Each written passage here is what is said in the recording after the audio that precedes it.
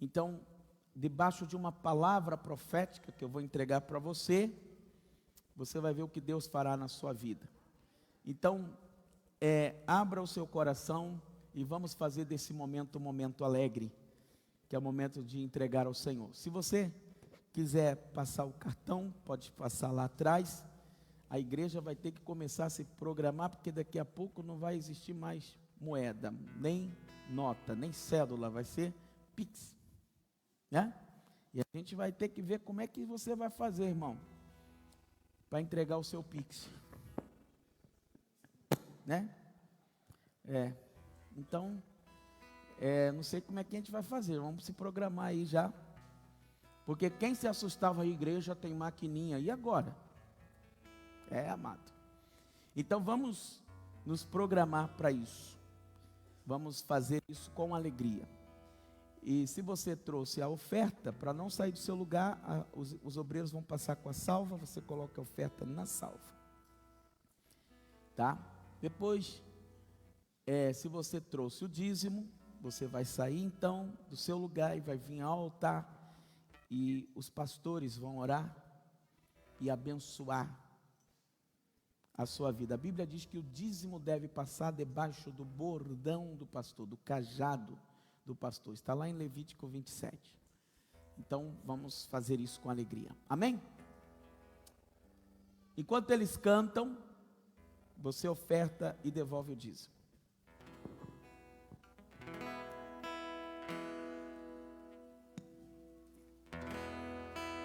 Nesse lugar, tu és real.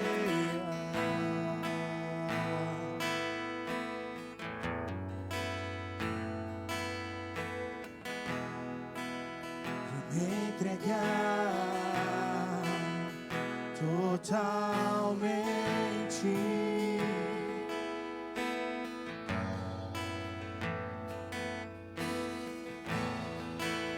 O teu toque abriu os olhos do meu coração. Eu posso enxergar, entender.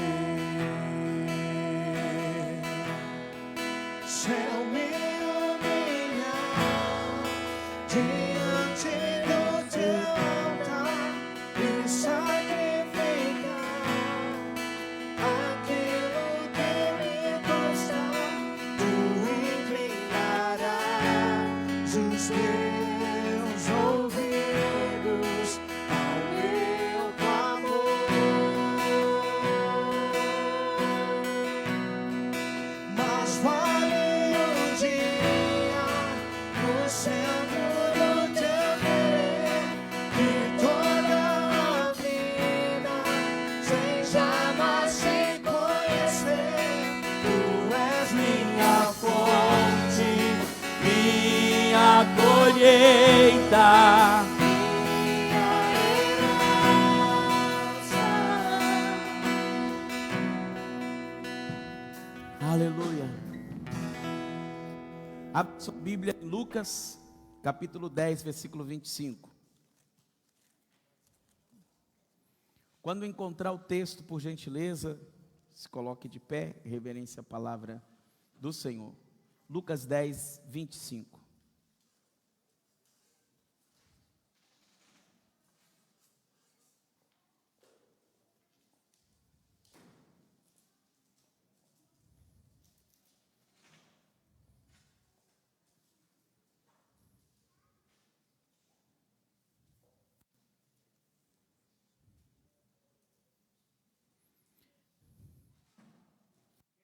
Amém?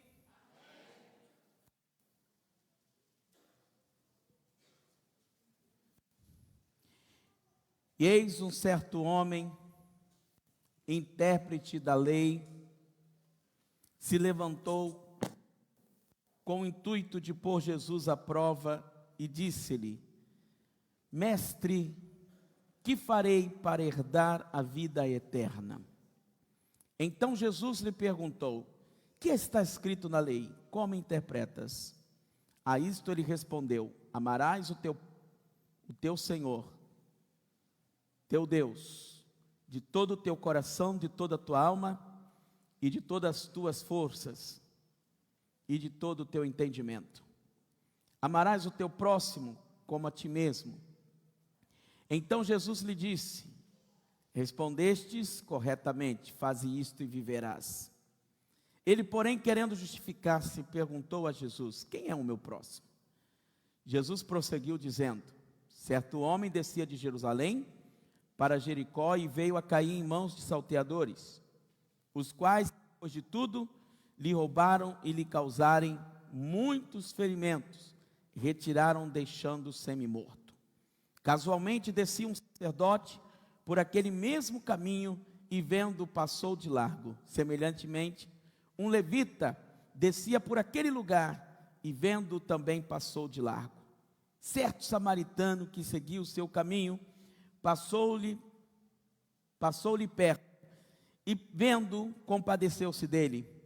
E chegando, pensou-lhe os ferimentos, aplicando-lhes o óleo e vinho. Diga: óleo e vinho. Mais forte: óleo e vinho. E colocando sobre o seu próprio animal, levou-o para uma hospedaria e tratou dele. No dia seguinte, tirou 2 denários e entregou ao hospedeiro, dizendo: cuida deste homem, e se alguma coisa gastardes a mais, eu te indenizarei quando voltar. Qual desses 3 te parece ter sido o próximo do homem que caiu nas mãos dos salteadores? Respondeu-lhe o intérprete da lei: o que usou de misericórdia para com ele.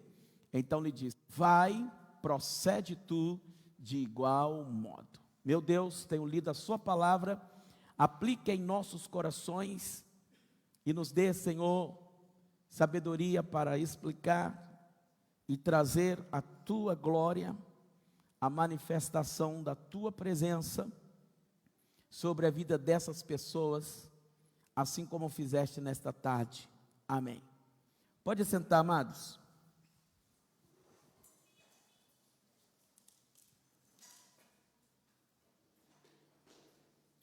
No dia 27 de julho, portanto 27, mês 7 de 2017, eu estava na cidade, capital mineira, BH, Belo Horizonte,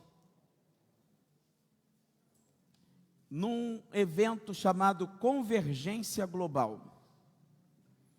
Nesse lugar estavam reunidos vários apóstolos, alguns americanos. E um dos que eram americano, pregou esta noite, desse dia 27/7/2017, e ele falou sobre um alinhamento de 3 setes. Quando 3 setes se alinham, algo acontece. Coincidentemente, aquele também era o ano que estava mudança no calendário, no ano judaico, que formavam o ano 5.777. 5.777, portanto, 3 setes. Todos nós, naquela ocasião, entendemos pelo Espírito de Deus que uma nova fase estava acontecendo, um novo início de acontecimentos que marcariam não só o nosso país, o Brasil, mas como o mundo.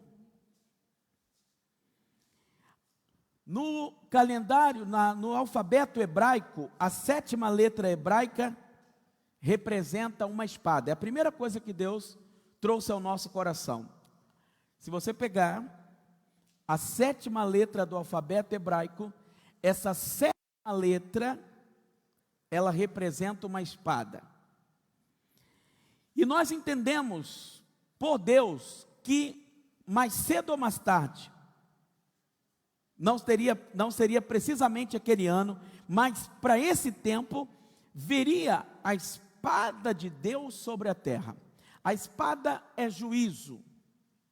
A espada é uma forma de julgamento. Então, para você ter uma ideia, no ano 70 anos do povo judeu na Babilônia, tinha o número 7. Mas quando completou 70 anos, o cativeiro foi quebrado. Então, as coisas para Deus, irmãos, escuta o que eu vou falar para você. Não precisa ser nenhum estudioso para entender, você só precisa crer que Deus não se ausenta do trono e que Ele está governando tudo. Algumas pessoas acham que Deus está meio perdido assim, e agora o que eu vou fazer? Não. Deus não se ausenta do trono, Ele é soberano, e Ele tem o controle de todas as coisas que estão acontecendo. Nada, irmãos, foge do controle de Deus. Amém?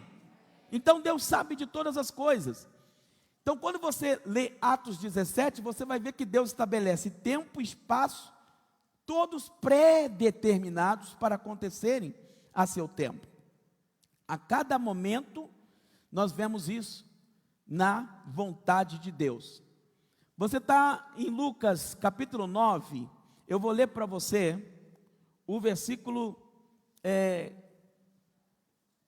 capítulo 9 aqui de Lucas, o versículo 51, diz assim: e aconteceu que ao se completarem os dias em que devia ser assunto ao céu.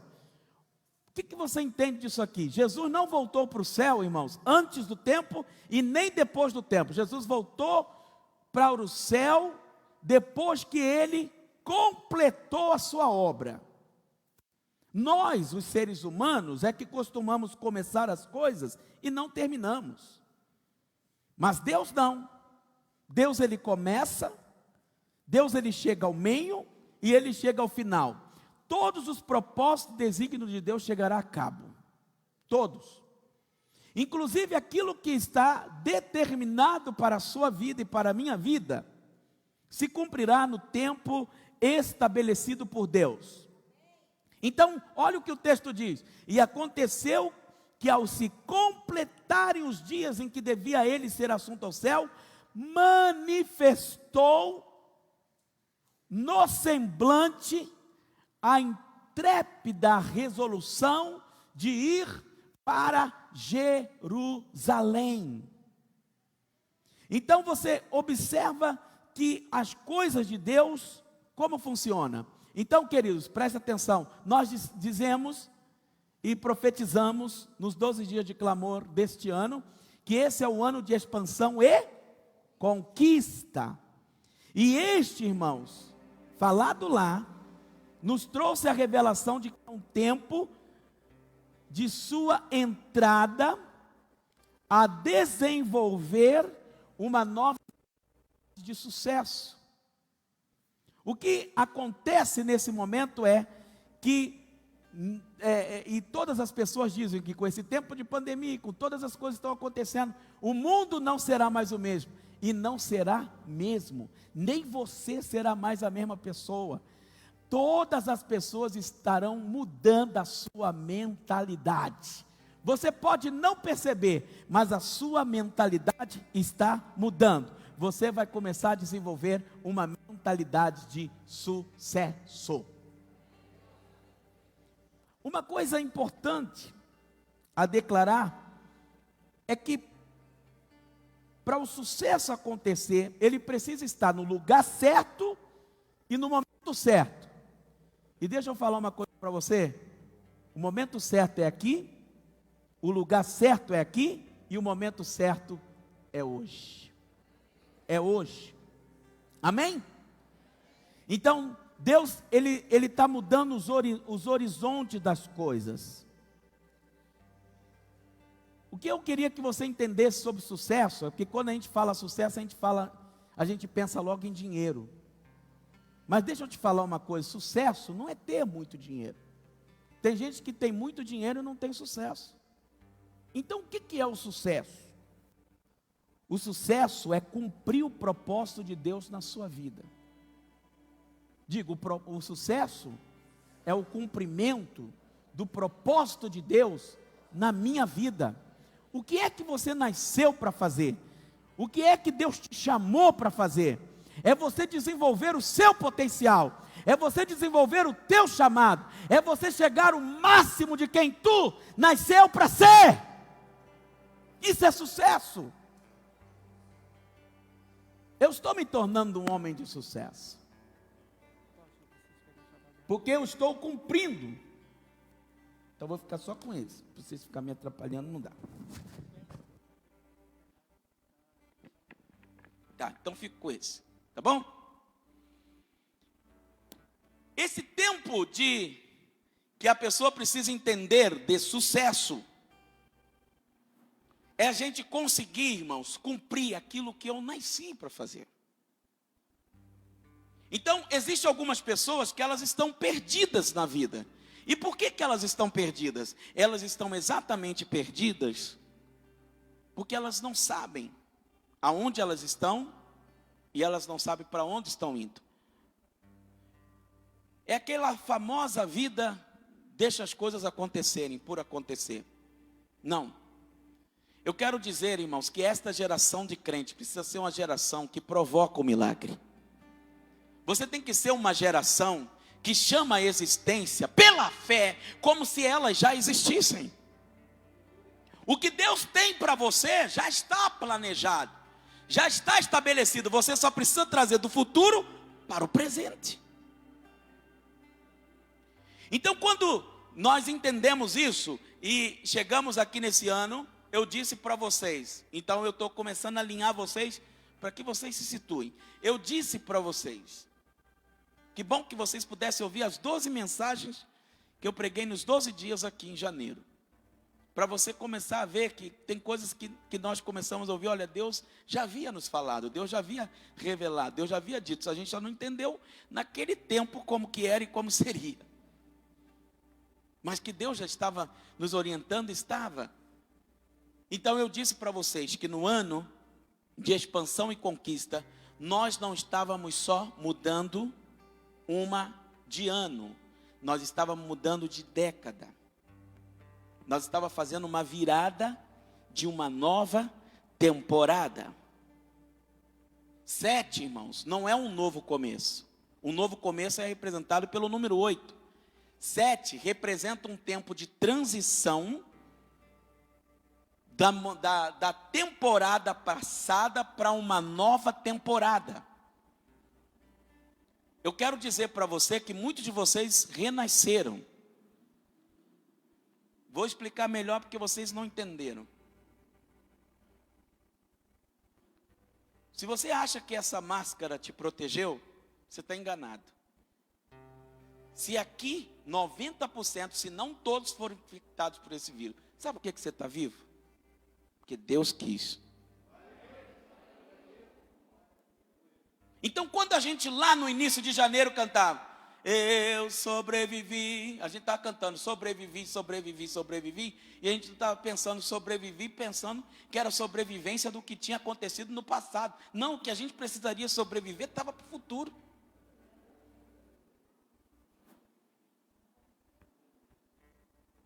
E ainda não passamos tudo. E cada dia que você amanhecer, você tem que cantar, eu sobrevivi. Chorei, mas aprendi. Nós estamos passando um tempo de sobrevivência.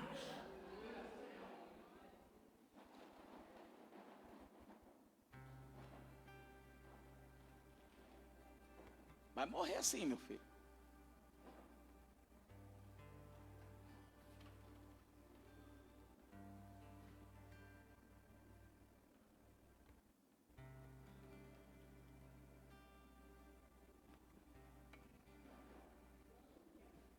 O pessoal da galeria quer correr. Só acontece aqui, irmão. Tem umas coisas. Mas você está entendendo? Esse fim de temporada que você passou nos últimos anos, que já estava terminando e que terminou, iniciou um novo ciclo, um novo começo. E esse tempo, irmãos, é um tempo de dor, mas é um tempo de prosperidade. é onde nós vamos aprender a cuidar melhor da nossa saúde, a melhor das nossas finanças, a melhor da nossa casa, a melhor da nossa família. E lá nós ouvimos uma profecia para o Brasil. E a palavra foi essa: haverá muitos novos começos no Brasil. E que o Brasil devia gravar as estacas para o seu futuro e não para o momento que estava passando. Então vamos lembrar 2017, como que estava o Brasil naquela época. Nós estávamos passando por um momento de turbulência na política, nas finanças e tudo mais. Mas aquele período, nós ouvimos a palavra: o jugo que te mantinha preso na temporada passada estava sendo quebrado no Brasil. E que Deus estaria começando um novo ciclo, e tem começado, irmãos. E vou dizer uma coisa para você: há um manto profético sobre o Brasil. E o que significa dizer que há um manto profético sobre o Brasil? Muitas palavras de profecias e muitas palavras de tempo profético para esta nação e para o mundo vai sair daqui do Brasil. Através do louvor, através da adoração, através da pregação da palavra, há algo que testemunhará, irmãos, as nações inteiras do que está acontecendo nesta nação. Há um mover espiritual muito forte sobre o Brasil. Talvez você não tenha noção das coisas que estão acontecendo. Ontem eu comecei falando em Rio Claro, vou falar um pouquinho aqui para vocês. Eu queria que você abrisse a palavra no livro de Salmos 11, versículo 1, 2, 3 e 4. E eu quero mostrar uma coisa para você. Uma coisa muito importante. Muito importante. A coisa mais importante numa casa, irmãos, não é a cor da tinta, não é a qualidade do piso, não é se é de laje ou se é de telha. A coisa mais importante numa casa é o fundamento. E olha o que diz aqui o Salmo 11. Ainda não acharam?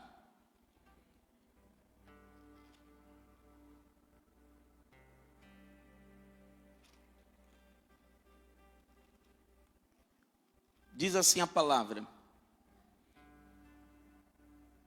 no Senhor me refugio, como dizeis, pois a minha alma foge como pássaro para o teu monte.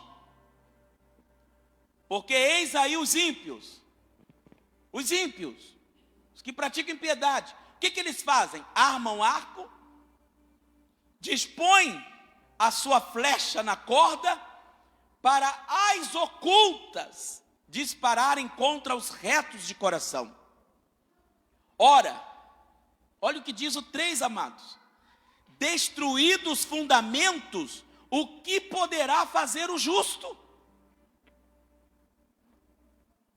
Cada nação tem um fundamento. Por exemplo, o Brasil, o fundamento é o cristianismo. Eles sabem que nós somos fortes aqui. De quem que eu estou falando? De muçulmanos, islamismo. Do que eu estou falando? De comunismo. E eles sabem que isso é forte aqui no Brasil. O cristianismo, nós somos um país cristão. E o que é que eles vão tentar destruir? Os princípios cristãos. Na Inglaterra, os fundamentos têm base na lealdade.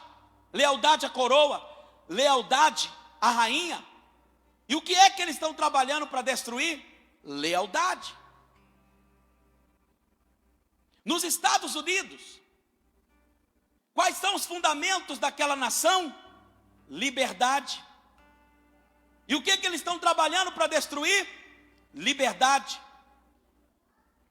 O servo de Deus, irmãos, ele tem na mente que o evangelho é apenas congregar dentro de um templo, adorar o Deus e louvar a Deus, aleluia. Não, amados, nós estamos numa guerra. Há uma guerra espiritual. nós não somos chamados para nos conformar com este mundo, mas nós fomos chamados para transformar pela renovação da nossa mente. Nós não temos que nos amoldar aos costumes, porque agora é assim, agora está mudando. Não, nós somos guiados pelos princípios da palavra de Deus, e permanecerá os princípios da palavra de Deus. E o que acontece? Hoje, ao invés da igreja influenciar o mundo, nós estamos deixando ser influenciados. Então, o que é que as pessoas têm em mente sobre família? Sobre divórcio, sobre casamento, sobre lar, sobre adultério, sobre criação de filhos, sobre administração financeira, sobre noivado, sobre filhos fora do casamento. O que as pessoas têm hoje? Então você pega os cristãos, o que define um cristão não é a roupa que ele veste. O que define um cristão não é a gravata que ele põe. O que define o cristão é que ele segue os mandamentos de Jesus Cristo. O que faz de você um cristão não é dizer eu sou crente, eu creio em Cristo, não. Se você seguir os passos de Jesus Cristo, então você vai agir como Jesus Cristo agiu. Você vai fazer as coisas que Jesus fez. Então, queridos, esses dias que vocês viram as eleições dos Estados Unidos e que de repente começou a ter a maior votação expressiva, e tanta gente começou a sair que quando eles perceberam assim, vai dar ruim, o negócio vai avermelhar. Vai avermelhar. Aí eles tentaram salvar, só que já era tarde. E ainda há uma eleição que, mesmo declarado o outro com 274 delegados, ainda é indefinido. Mas você fala assim, apóstolo, o que isso tem a ver com a gente aqui, essa mensagem? Irmãos, preste atenção. A Bíblia diz que Deus põe reis e Deus tira reis. Tá? O que é que você precisa entender? O que você precisa abrir a mente? Não tem um presidente que ajudou tanto o povo judeu, declarando Jerusalém como capital, biblicamente falando, como esse Donald Trump. A perda dele não se tornar presidente começará uma perseguição desenfreada aos judeus e atingirá os cristãos. Eu venho anunciando a você há muito tempo, falei assim, olha, quem é crente de verdade se segura no banco, porque vai chegar um tempo de perseguição, embora a igreja sutilmente já é perseguida. O texto aqui diz assim, o ímpio arma um arco, dispõe a sua flecha na corda, para as ocultas dispararem contra nós. Você tem certeza da sua fé? Você tem certeza que segue a Jesus ainda que você sofra uma perseguição? Ou você é aquele crente apenas de falar línguas na igreja? Se de repente alguém disser para você assim, olha, agora o regime aqui é comunista, os chineses estão dominando tudo, o mundo inteiro, Europa, Brasil, toda a América Latina, todo mundo. Então a partir de agora o regime é comunista, compramos todo mundo, ordenamos todo mundo, aqui é proibido falar em Cristo. Você segue ao lado de Jesus? Ou você vai optar por comer e beber? Está chegando o tempo, irmãos, o tempo em que você via igrejas superlotadas e você falava assim, oh, o evangelho está crescendo. Crescendo? Crescimento é se você for um crente que todo dia lê a palavra, que você tem o seu momento de comunhão com Deus, que você não falta o culto por qualquer motivo, que você não deixa de devolver o dízimo, não deixa de ofertar na casa de Deus, que você submete à liderança. Isso é ser cristão. Isso é ser cristão. Eu estou com Cristo hoje, eu estou com Cristo amanhã, não importa a pandemia, com ou sem pandemia, eu continuo adorando a Jesus. Eu não preciso de templo para congregar. Se for necessário, eu congrego debaixo de uma marquise. Eu posso congregar numa praça, numa cidade. Porque não é o templo que é a igreja sou eu sou a igreja no trabalho, eu sou a igreja na faculdade, eu sou a igreja em casa, eu sou a igreja na família, eu sou a igreja aonde eu trabalho, eu sou a igreja, não a universal. Amém? Você está entendendo? Então eu queria que vocês fossem uns cristãos que ficassem mais atentos às reportagens. Porque destruir os fundamentos, irmãos, quando você quer destruir uma cultura, você destrói os fundamentos dela. Destruir os fundamentos, irmãos, o que poderá fazer o justo? Que mensagem é essa que eu estou pregando? Eu estou pregando uma mensagem de despertamento, alinhando você com coisas que eu ouvi, porque eu anoto tudo. Depois eu vou lá atrás, busco aquilo que Deus falou, e eu vou tentando alinhar para entender que tempo é esse que nós estamos vivendo. Há um manto profético sobre o Brasil, e a janela do céu está aberta sobre o Brasil, e tem uma nova espada descendo. Olha que coisa interessante. Lá, quando ele falou isso em 2017, tem uma nova espada descendo, eu pensei assim, opa, é esse ano, né?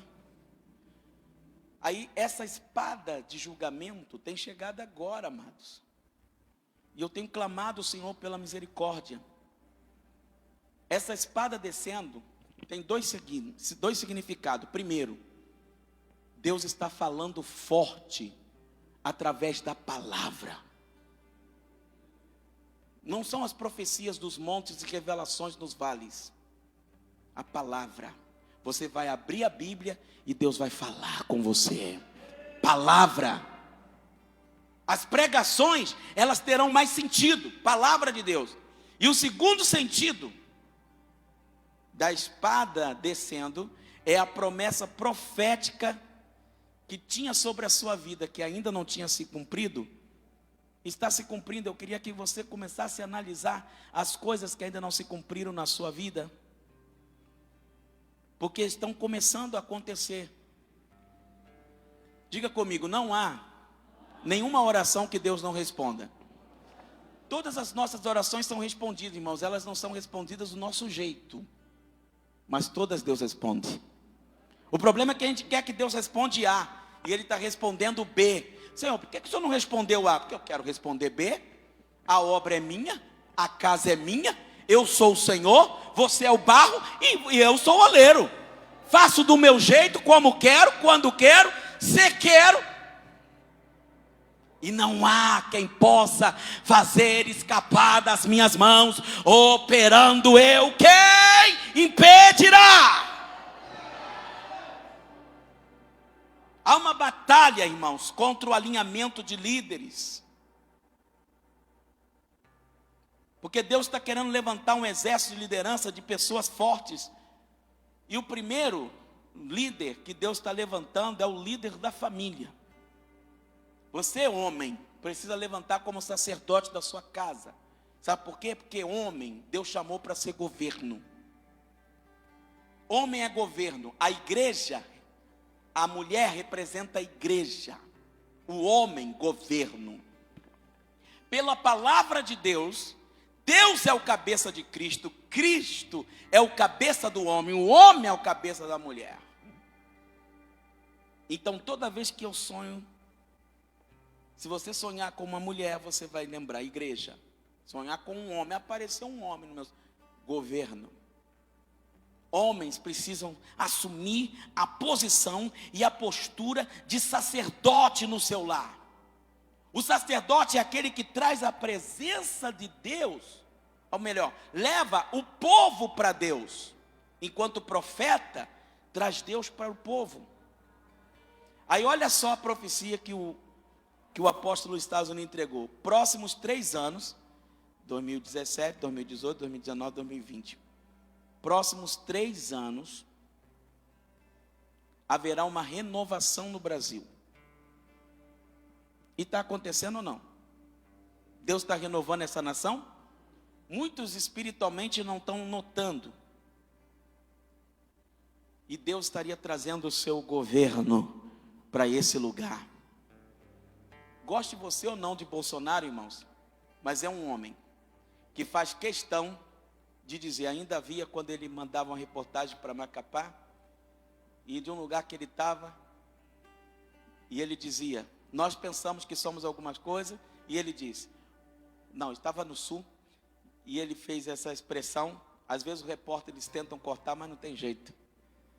E essa foi legal, quando ele disse assim, ué, até então o senhor defendia Donald Trump para presidente, o senhor reintegrado. Eu aprendi que não há homem importante na terra, o mais importante. Quem governar, governou. O mais importante na terra é Deus. Todo mundo tem que se dobrar e reconhecer que Ele é o Senhor. Ninguém pode dizer que Jesus é o Senhor, senão pelo Espírito Santo. Então, irmãos, esse tempo de alinhamento de governo do céu com o governo da terra, você precisa entender que o Brasil foi criado para o sucesso. Diga, o Brasil foi criado para o sucesso. Diga, eu sou brasileiro. Você foi criado para o sucesso. Tem uma promessa sobre essa nação, você vai crescer, expandir e conquistar. Deus tem algo grande para a sua vida. Então, a cada momento que nós entendemos isso, nós vamos crescer. Agora escute, eu vou concluir aqui. Eu estava esses dias muito chocado mesmo com os acontecimentos, porque para você, talvez você tenha um conhecimento só daqui seu, mas eu faço parte de muitos grupos, de uma rede apostólica de gente da América, de gente do Chile, Bolívia, Guatemala, Chile, tantos lugares. E eu vou me conectando às palavras, e às revelações, e à visão de Deus, e às coisas que vêm acontecendo. E também, naturalmente, por eu estar em muitos grupos, vou ouvir muitas notícias ruins. E quando a gente começa a ouvir que morreu aqui, morreu ali, eu vejo, meu Deus, que espírito de morte é esse que assolou o Brasil e o mundo? Está aí. A Bíblia fala, não temerás espanto noturno, então ele existe. Nem peste que ande de dia, nem mortandade que assole o meio-dia, nem terror que se propaga nas trevas. Então não existe. Quando nós lemos o Salmo 23, o Senhor é meu pastor, nada me faltará. E ele fala ainda no verso 4, ainda que eu ande pelo vale da sombra da morte, não temerei mal algum. Por quê?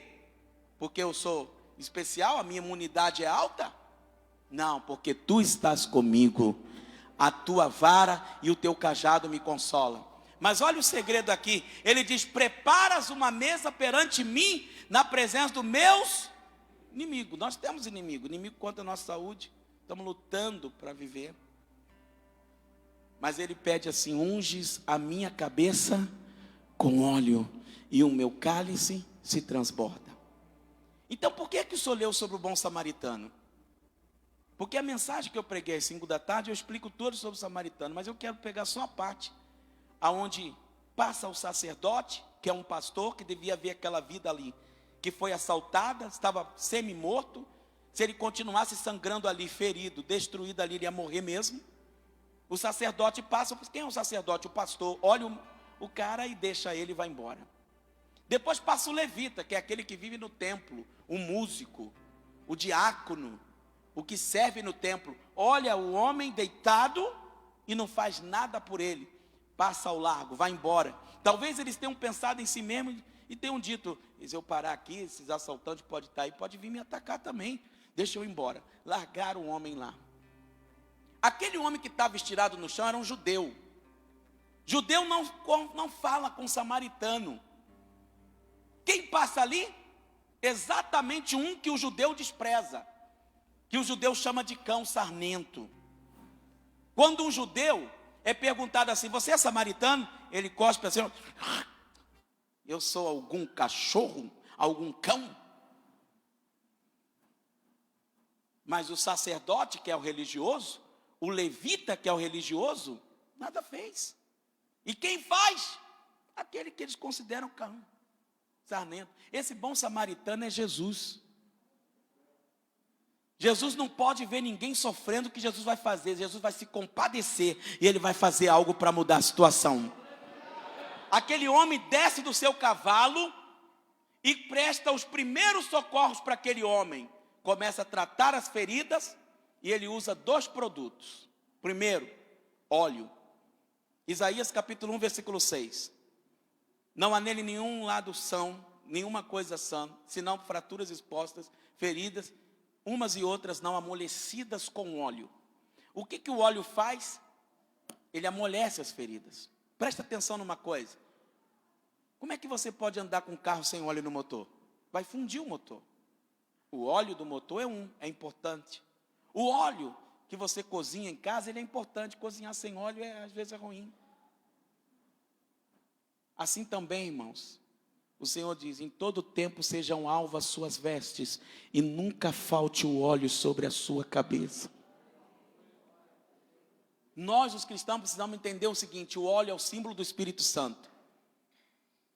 Eu sou da época da igreja, que nasci criado no Evangelho. A gente ficava com dor de barriga. Minha mãe pegava óleo ungido. Chamava óleo ungido, né? Óleo ungido não existe. É óleo consagrado. Como é que você unge o próprio óleo? É óleo consagrado.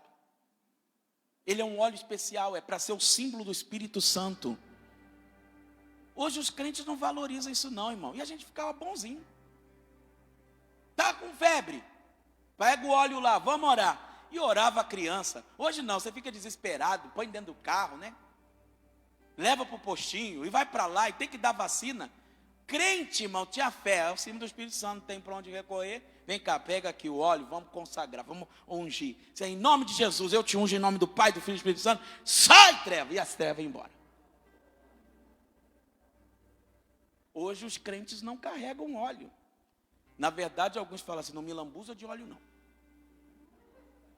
Não põe óleo em mim não. Irmão, pelo amor de Deus, se você pegar as escrituras todinha, é óleo, símbolo do Espírito Santo. Então aquele homem aplica o primeiro socorros com óleo. Segundo, ele usa o vinho. Não é o vinho daquela época, dessa época agora.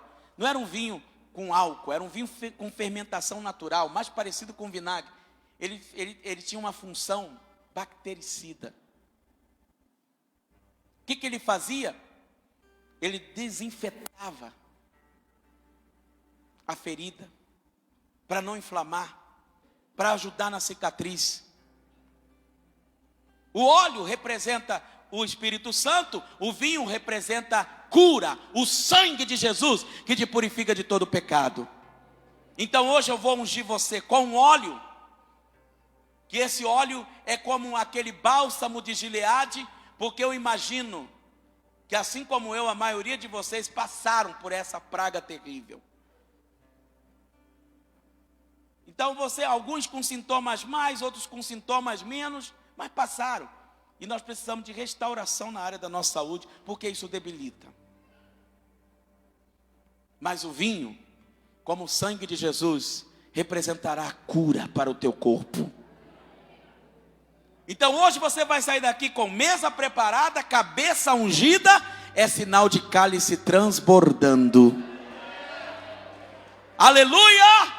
Você pode adorar o Senhor por isso. É mesa preparada, cabeça ungida, cálice transbordando. Isso significa vida, vida, vida, vida. Eu quero que você diga bem alto comigo: eu tenho vida. Eu tenho vida. Vida. Jesus disse: eu não vim para matar vocês. Eu vim para que tenham e vida em abundância. Aleluia! A gente precisa crer na palavra, amados. Olha o símbolo do pão e vinho. Eu preciso encerrar. Tem gente que ainda vai trabalhar, né, pastora?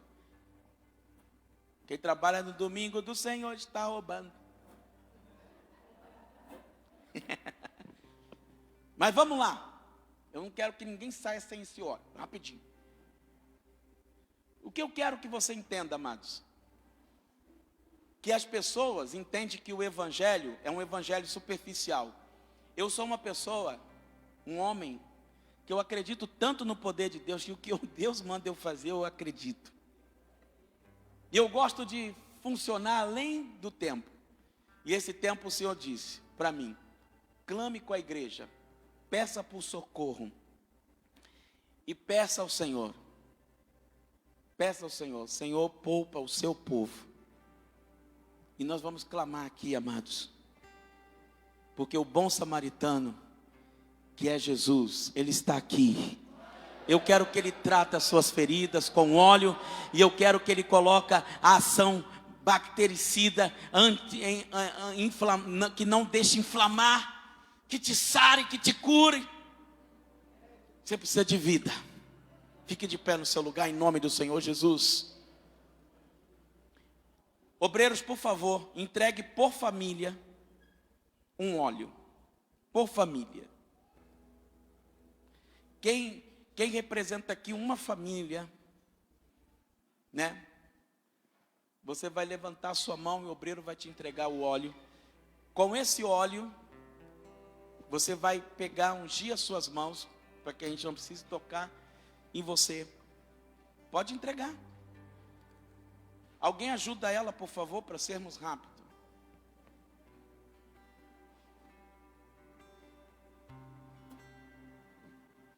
O que vai cantar?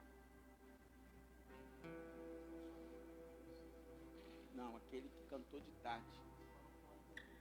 Tá bem? Então vai. Você pega o óleo, unge você e unge os membros da sua família que estão aqui. Depois você vai ungir os da sua casa. E guarda esse óleo com você. Guarda esse óleo com você. Símbolo do Espírito Santo. Logo depois eu vou te entregar o vinho. Quando vocês estiverem ungido com óleo, eu vou entregar o vinho. Vamos nesse ato profético. Fogo alto. Aqui já que falou que tem um membro de Santa Sofia que precisa dar um testemunho. Óleo puro, derrama, Senhor, Sobre mim. sobre mim.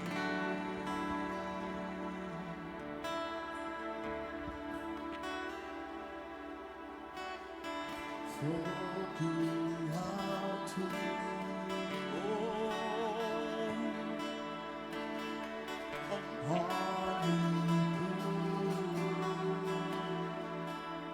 Derrama, Senhor. Leva lá na pessoa. Quem é? sobre mim. Leva lá quando eu falar você. Aleluia! Isso é profético. Vai recebendo esse óleo sobre a sua vida. Óleo puro, Oh, derrama, Senhor,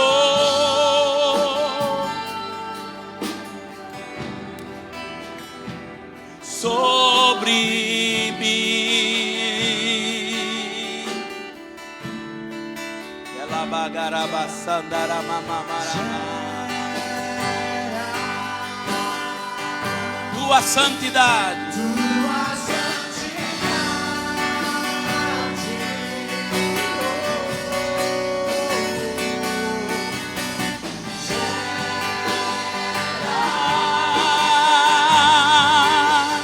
Tua santidade.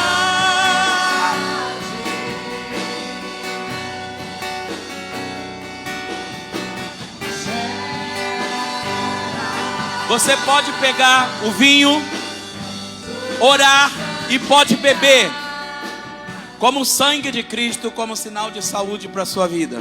Pode distribuir.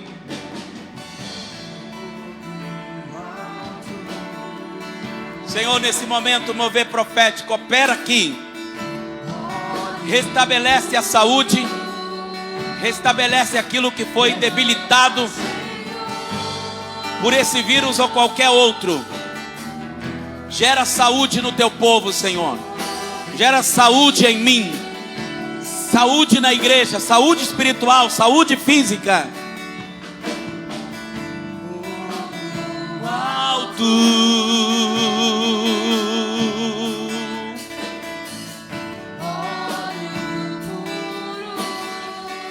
Alamada barahaba. Pode beber. Você vai pegando vinho, pode beber. Deixa o Espírito Santo restaurar, aumentar a sua imunidade. Esse é um ambiente de fé. Esse é um ambiente de fé. Tua santidade. Oh!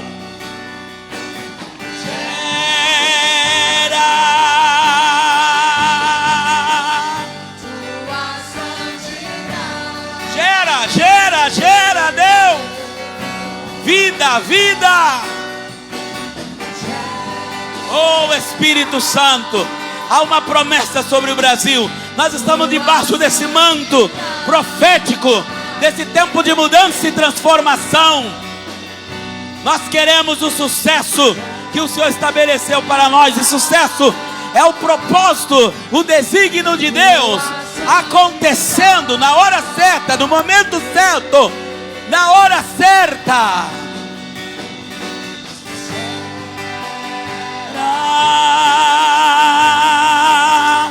Tua santidade.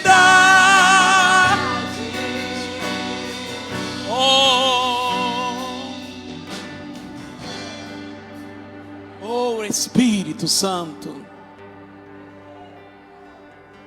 Todos já pegaram o cálice, já beberam. É para beber durante o mover.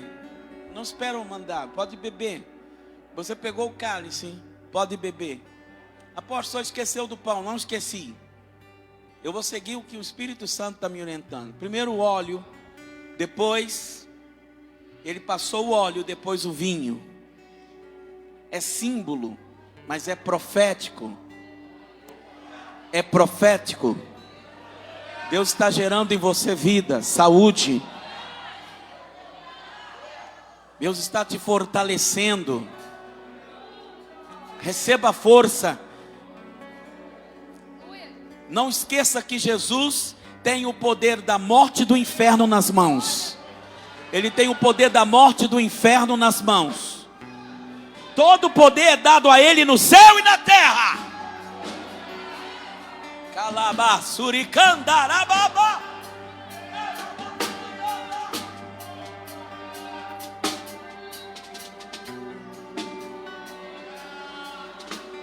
Gera saúde aqui, Senhor. Repreenda o espírito do medo. Em nome de Jesus, protege o teu povo, Senhor.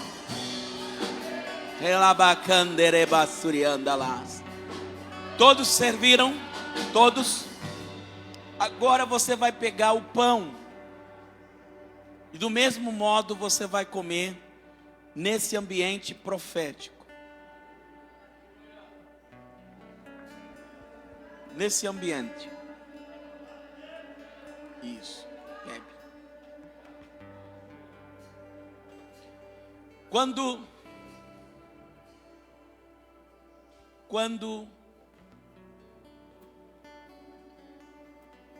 Abraão voltou da guerra de 5 reis, ele se encontrou com Melquisedeque, um tipo de Cristo.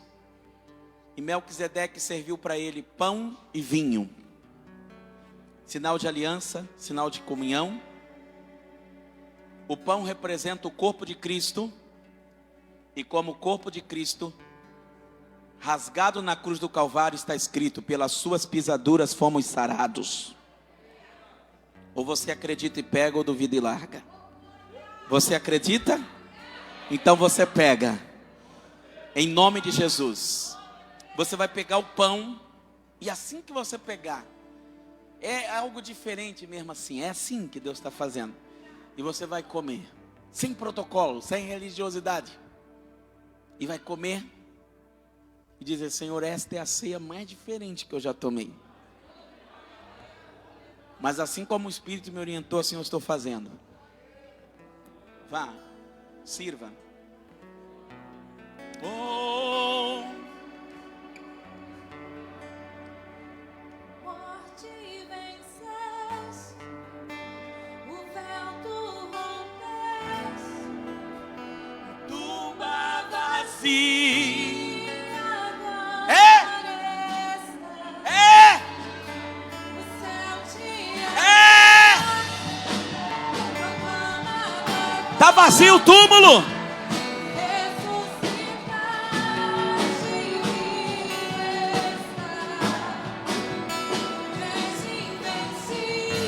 Inigualável.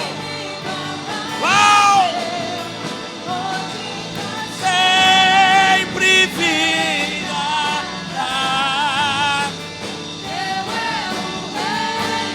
Oh! Tu é a glória de todo nome.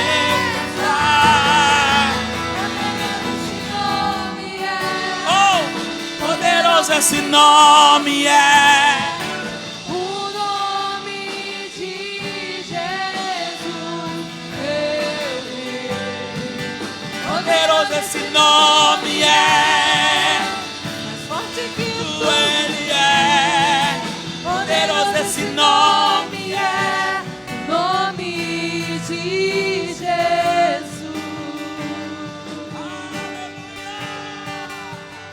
És invencível,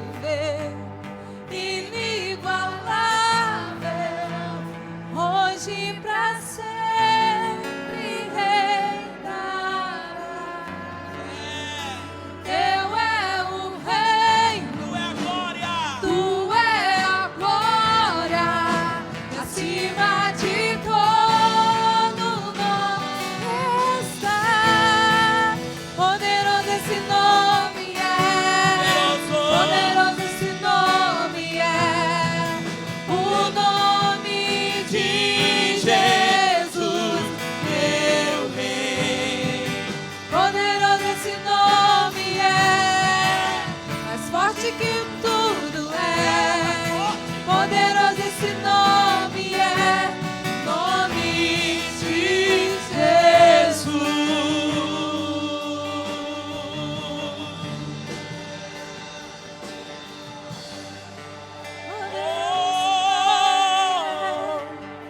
Deixa a unção fluir sobre a sua vida, deixa a unção fluir, deixa esse óleo, assim como está escrito na palavra de Deus, ó quão bom e quão suave é que os irmãos vivem em união, é como óleo precioso, que desce sobre a cabeça e desce sobre a barba de Arão, e que vai por toda a sua veste.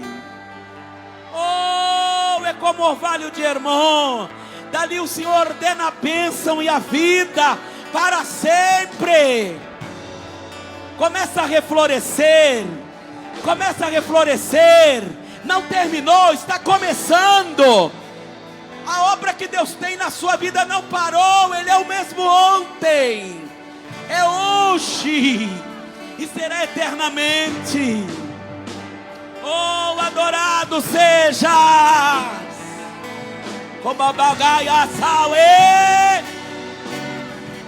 seja adorado, Deus. Oh, glória, aleluia. Queridos, para encerrar, eu queria que todos aqui, sem exceção, que nós pudéssemos fazer a oração que o Espírito colocou no meu coração essa semana, quando senti as dores por tantas mortes, e o Senhor colocou no meu coração a oração: Senhor, poupa o seu povo. E essa frase está batendo na minha mente o tempo todo. A Bíblia diz: se esse povo que se chama pelo meu nome se humilhar e orar e buscar a minha face, se converter dos seus maus caminhos, o Senhor diz, então eu ouvirei dos céus, eu vou perdoar os pecados deles, e mais do que isso, eu vou sarar a terra deles. Ah, irmão, se todas as nações da terra se prostrassem e começassem a entender, irmãos, isso é para crente, não crente. Todos precisamos das misericórdias de Deus. Então dobre o seu joelho aonde você está, na galeria aqui embaixo. Dobre o seu joelho comigo e você vai orar: Senhor, poupa a minha vida, poupa a minha família, poupa a minha casa, poupa o seu povo, poupa as minhas ovelhas. Peça ao Senhor misericórdia, se apresenta diante dele com humildade, queridos. Ninguém se apresenta diante de um rei com o nariz em pé. Nós não podemos nada contra ele, ele pode tudo. Ele pode ter misericórdia de nós, ele pode nos livrar, como livrou Daniel. Ele pode nos livrar, como livrou Sadraque, Mesaque e Abednego. Estavam na fornalhas, mas o Senhor deu livramento. Estava na cova, mas o Senhor deu livramento. Nós precisamos de livramento, amados. Diz a palavra que nós somos entregues à morte todos os dias. Clame, clame ao Senhor, nosso Deus e nosso Pai. Senhor, nós nos reunimos neste momento e nós reconhecemos a nossa total dependência de Ti. Isso porque tem vindo a nós a nossa insignificância, tem sido lançado no nosso próprio rosto, nossos próprios excrementos. Nós vemos o quanto, Senhor, nós somos pequenos, quanto nós somos limitados, inferiores, quanto nós somos impotentes diante de coisas que atingem o mundo inteiro e nada nós podemos fazer. Senhor, presidentes de repúblicas estão se dobrando, nações inteiras estão se prostrando, homens poderosos estão com medo, pessoas, Senhor, estão passando por situações aonde eles estão se lembrando que eles viviam como se fossem deuses, e agora, Pai, reconhecem que há um Deus no céu. Nós estamos clamando por misericórdia, Senhor, porque assim como aquele anjo à meia-noite passou no Egito, mas a casa onde estava a marca do sangue nas vergas das portas, eles experimentaram a tristeza, sim, eles viram o choro, sim, eles viram os prantos, sim, eles viram as lágrimas, viram, mas o Senhor deu livramento na casa deles. Dá livramento na nossa casa, Senhor. Poupa o teu povo, eu estou te pedindo por misericórdia, como sacerdote, como anjo desta igreja. Poupa o teu povo, Senhor, poupa a tua igreja, poupa os teus escolhidos, tenha misericórdia, Senhor. Eu sei que o Senhor quer trazer e tem trazido a espada, o julgamento, o juízo sobre a terra, mas a tua palavra está aí, Senhor, e é um tempo em que nós precisamos reconhecer a nossa pequenez. Eu peço, Senhor, as tuas misericórdias, eu peço que tenha compaixão de nós, porque, Senhor, a tua ira dura apenas por um segundo, diz a tua palavra. Tenha misericórdia, meu Deus, que a gente não volte para casa hoje da mesma maneira que a gente chegou aqui, mas alimentados espiritualmente, fortalecidos em Deus, e cuja nossa confiança esteja no Senhor. Nós oramos, Pai, porque nós precisamos trabalhar, nós precisamos usar transporte público, nós precisamos entrar em lojas, nós precisamos continuar a vida, Senhor, mas não sabemos aonde pode estar, quem está infectado, quem é transmissor, quem não é. Guarda-nos, Senhor. Sabemos que a máscara é uma proteção, o álcool é uma proteção, mas, Senhor, quem nos protege mesmo é o Senhor. Guarda-nos debaixo das tuas asas. Oh, Deus, guarda-nos debaixo das tuas asas. Guarda cada um de nós, porque nós cremos em Ti, cremos na Sua palavra. E eu declaro, Senhor, pela minha fé, que nós continuaremos conquistando e expandindo a despeito das circunstâncias, e que as Tuas promessas continuarão sobre a nossa vida. Guarda as crianças, guarda os adultos, guarda todos em Teu nome. Em nome de Jesus, amém, e graças a Deus, amém. Obrigado, Senhor.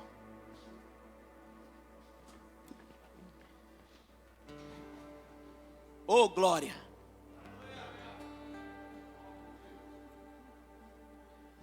Bom, queridos, ali atrás tem um escondidinho que você pode achar a R$15 para ajudar nas obras da Estância Efatá. Quanto que é? R$15 serve 2 pessoas, de carne seca, 4 queijos. Estou falando pela fé. Frango, calabresa e aquilo que você come e pensa assim, o que será isso? Ali atrás tem, tá, irmãos? Abençoa a obra. Olha, queridos, eu falei no culto da tarde, antes de eu dar a bênção apostólica, eu vou falar agora. Nós vamos precisar essa semana de 50 sacos de cimentos para fazer o contrapiso e o piso dos alojamentos para o pessoal dormir. Se você puder ajudar com um saco, você ajuda, tá bom? Se não puder, Deus vai te abençoar da mesma maneira. Mas se você puder, ajude. Deus te abençoe. Para a mão para receber a bênção. Que o amor de Deus, a graça de Deus Filho e a comunhão do Espírito Santo seja com a tua vida. Todos digam: amém. Vão na paz do Senhor. Te amo em Cristo.